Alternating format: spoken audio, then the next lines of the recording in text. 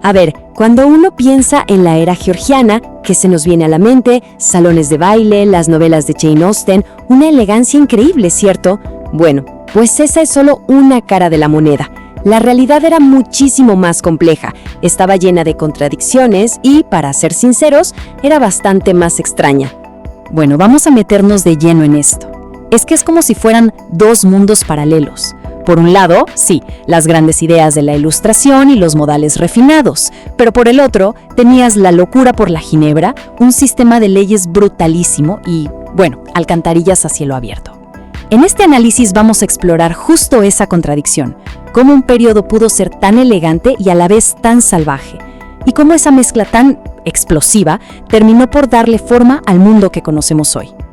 Para entender bien de qué va todo esto, lo primero es poner las cosas en contexto, ¿no? Y la mejor forma de verlo es así, como un puente. Un puente bien turbulento entre dos mundos que no podían ser más diferentes. Estamos hablando de un periodo de más de un siglo, definido por los reinados de 4 reyes, todos llamados Jorge, que venían de la casa de Hannover en Alemania. Y para que sea más fácil, los historiadores suelen dividirlo en 3 grandes etapas. Una al principio, de nueva estabilidad política, una en medio, que fue como la edad de oro de la cultura y el imperio, y una al final, súper glamurosa, pero también de mucha agitación social, que se conoce como la regencia. Ahora hablemos de política, porque es clave para entender todo lo demás.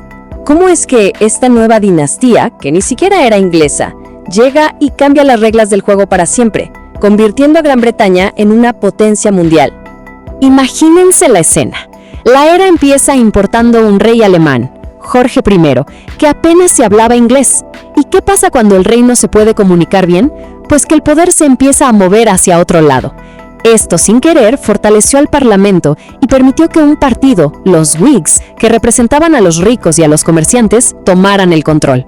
Ahí empezó a nacer el gobierno como lo conocemos.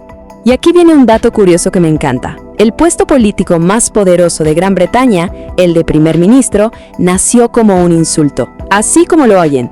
Era una forma de burlarse de un político, Sir Robert Walpole, diciendo que tenía demasiado poder, que era como el primero de los ministros. Y bueno, el nombre se le quedó.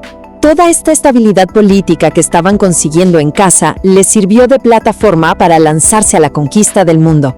O sea, fue un siglo de guerra tras guerra. Ganaron a lo grande en la Guerra de los 7 años, convirtiéndose en la mayor potencia colonial. Luego, claro, vino el desastre de perder las colonias americanas.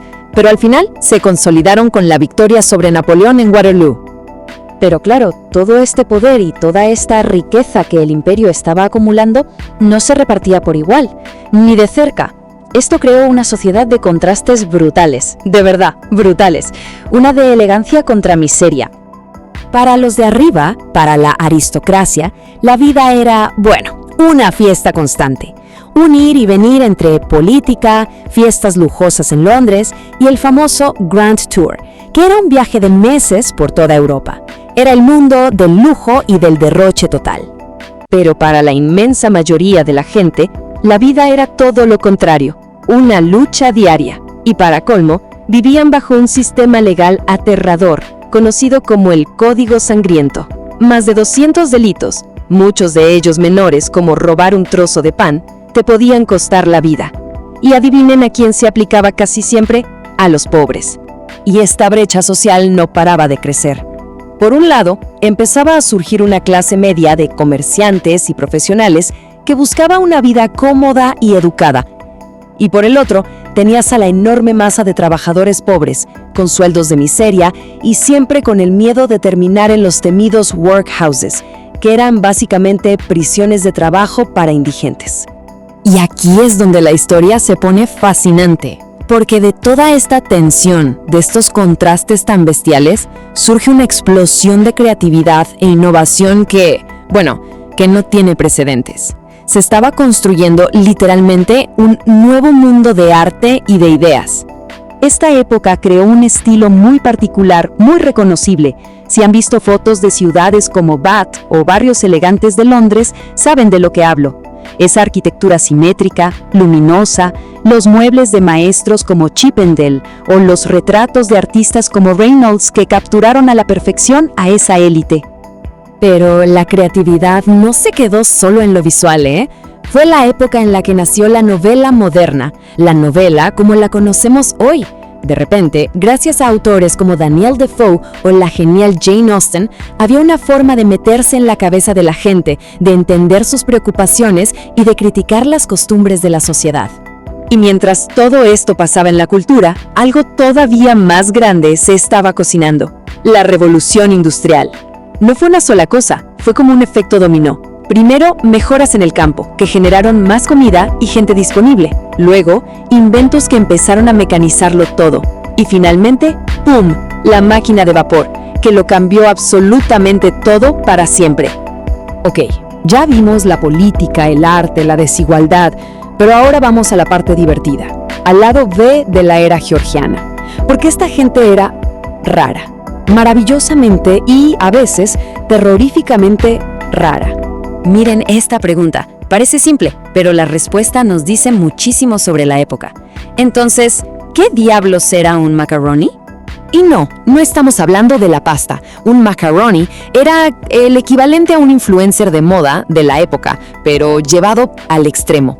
Eran jóvenes ricos que volvían de sus viajes por Europa con pelucas gigantescas, ropa súper llamativa y modales que a todos les parecían rarísimos. Eran el blanco de todas las burlas.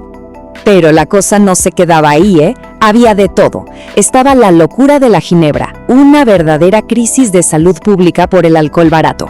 ¿O qué tal los trasplantes de dientes? Sí, los ricos le compraban los dientes sanos a los pobres para que un cirujano se los pusiera.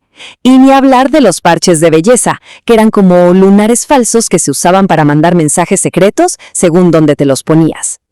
Bueno, después de este viaje tan intenso por esta época, ¿con qué nos quedamos?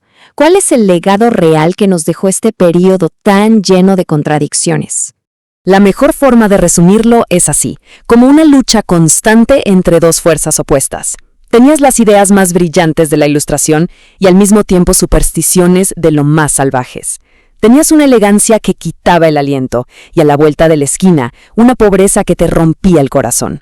Se hablaba mucho de libertad, mientras se practicaba la esclavitud y la represión. Esa era la gran contradicción georgiana. Así que no podemos verla como una sola cosa. Fue más bien un caldero hirviendo de cambios. Y esta cita lo resume perfecto. Fue ese puente, caótico sí, pero fascinante, que nos llevó de un mundo a otro.